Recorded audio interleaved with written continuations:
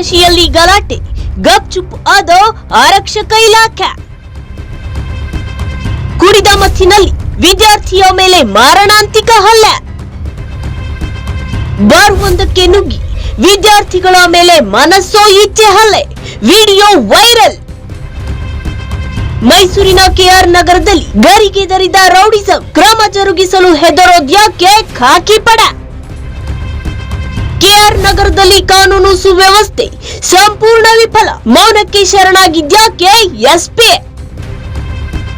ಪುಂಡರಾಜೇಶನ ಹೊಡೆತಕ್ಕೆ ನಲುಗಿದ ವಿದ್ಯಾರ್ಥಿ, ಕ್ರಮ ವಹಿಸಿದ್ರೆ ಟ್ರಾನ್ಸ್ಫರ್ ಶಿಕ್ಷೆನ ಆರಕ್ಷಕರಿಗೆ. ವಿದ್ಯಾರ್ಥಿಗಳ ಬಳಿ ಹಫ್ತ ವಸೂಲಿ ಮಾಡ್ತಿರೋ ರಾಜೇಶ ಅರೆಸ್ಟ್ ಮಾಡೋದ್ ಯಾವಾಗ ಖಾಕಿ ಪಡ. ಸಿಎಂ ತವರೂರು ಮೈಸೂರು ಜಿಲ್ಲೆಯಲ್ಲಿ ಕಾನೂನು ಸುವ್ಯವಸ್ಥೆ ಸಂಪೂರ್ಣ ವಿಫಲವಾದಂತೆ ಕಾಣುತ್ತಿದೆ.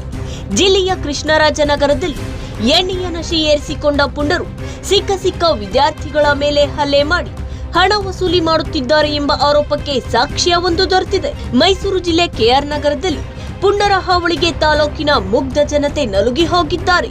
ಸೋಷಿಯಲ್ ಕ್ಲಬ್ಗಳಲ್ಲಿ ಅಕ್ರಮ ಇಸ್ಪಿಟ್ ಕಾಟ ನಿಲ್ತು ಎಂದು ನಿಟ್ಟುಸಿರು ಬಿಡೋ ಮುಂಚೆಯೇ ಮದ್ಯದ ನಶೆ ತಾಲೂಕಿನಾದ್ಯಂತ ರುದ್ರ ನರ್ತನವಾಡುತ್ತಿದೆ ಎಂಬ ಮಾಹಿತಿ ದೊರೆತಿದೆ. ಇದಕ್ಕೆ ಪುಷ್ಟಿ ಕೊಡ್ತಿದೆ ಕಳೆದೆರಡು ದಿನಗಳ ಹಿಂದೆ ಕೆಆರ್ ನಗರದ ಬಾರ್ ಒಂದರಲ್ಲಿ ಮದ್ಯದ ನಶೆ ಏರಿಸಿಕೊಂಡ ಸ್ಥಳೀಯ ಪುಡಿ ರೌಡಿಯೊಬ್ಬ ವಿದ್ಯಾರ್ಥಿಯ ಮೇಲೆ ಮನಸ್ಸೋ ಇಚ್ಛೆ ಹಲ್ಲೆ ಮಾಡಿದ್ದಾನೆ. ಆ ಘಟನೆಯ ಸಿಸಿಟಿವಿ ವಿಡಿಯೋ ಇದೀಗ ವೈರಲ್ ಆಗಿದ್ದು ಕೆಆರ್ ನಗರದ ಯುವ ಜನತೆ ಭಯದಲ್ಲೇ ಕಾಲ ಕಳೆಯುವಂತಾಗಿದೆ. ಕೆಆರ್ ನಗರದ ಪುಂಡ ರಾಜೇಶ ಎಂಬ ವ್ಯಕ್ತಿ ವಿದ್ಯಾರ್ಥಿಯೋರ್ವನ ಮೇಲೆ ಮೃಗಿಯ ವರ್ತನೆ ತೋರಿದ್ದಾನೆ. ಮದ್ಯ ಸೇವಿಸಲು ಹಣ ವಸೂಲಿ ಮಾಡುವ ದುರುದ್ದೇಶದಿಂದ ಬಲಾಢ್ಯನೆಂದು ಭಾವಿಸಿ ಮುಗ್ಧ ವಿದ್ಯಾರ್ಥಿಗಳು ಮತ್ತು ಸಾರ್ವಜನಿಕರ ಮೇಲೆ ಮಾರಣಾಂತಿಕ ಹಲ್ಲೆ ನಡೆಸಿ ಸಿಕ್ಕಷ್ಟು ಹಣ ಬಾಚುತ್ತಿದ್ದಾನೆ. ಈ ಕುರಿತು ಸಾರ್ವಜನಿಕರು ಪೊಲೀಸ್ ಠಾಣೆಗೆ ಎಷ್ಟೇ ದೂರು ನೀಡಿದ್ದು ಯಾವುದೇ ಪ್ರಯೋಜನವಾಗಿಲ್ಲ. ಆರಕ್ಷಕರು ಈ ಪುಂಡ ರಾಜೇಶನ ವಿಚಾರದಲ್ಲಿ ಕ್ರಮ ತೆಗೆದುಕೊಂಡಿಲ್ಲ. ಬಹುಶಃ ಅವರಿಗೂ ಈ ರೌಡಿ ರಾಜೇಶನನ್ನು ಕಂಡ್ರೆ ಭಯವಿರಬಹುದೇನೋ ಎಂದು ವ್ಯಂಗ್ಯವಾಡಿದ್ದಾರೆ. ಇನ್ನು ನಗರದಲ್ಲಿ ಅಕ್ರಮಗಳು, ಅಪರಾಧಿಗಳು ಹೆಚ್ಚಾಗುತ್ತಿದ್ರೂ ಖಾಕಿ ಪಡೆ ಮಾತ್ರ ಮೌನಕ್ಕೆ ಶರಣಾದಂತೆ ಕಾಣುತ್ತಿದೆ.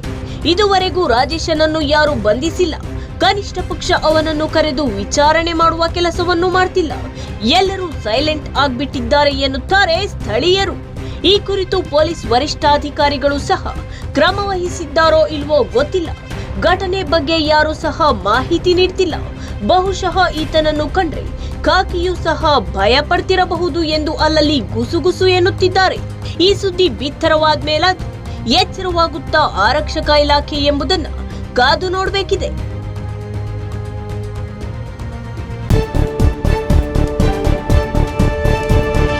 ಇದು ನಂಬಿಕೆಯ ಪ್ರತಿಬಿಂಬ.